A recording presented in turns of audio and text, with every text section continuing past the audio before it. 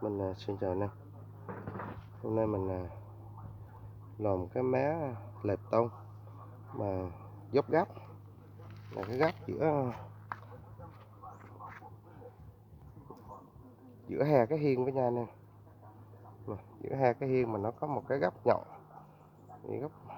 gấp dốc gọi là dốc gấp, cho nên là mình phải ở trong một cây kèo. Ở đây là cây kèo đó, để cây kèo thì mình cắt gấp, mình đáo vô đó.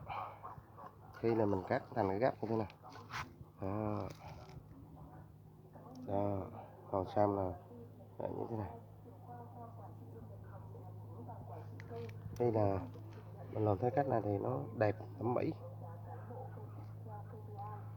rồi mình chải ngon, mình cầm luôn.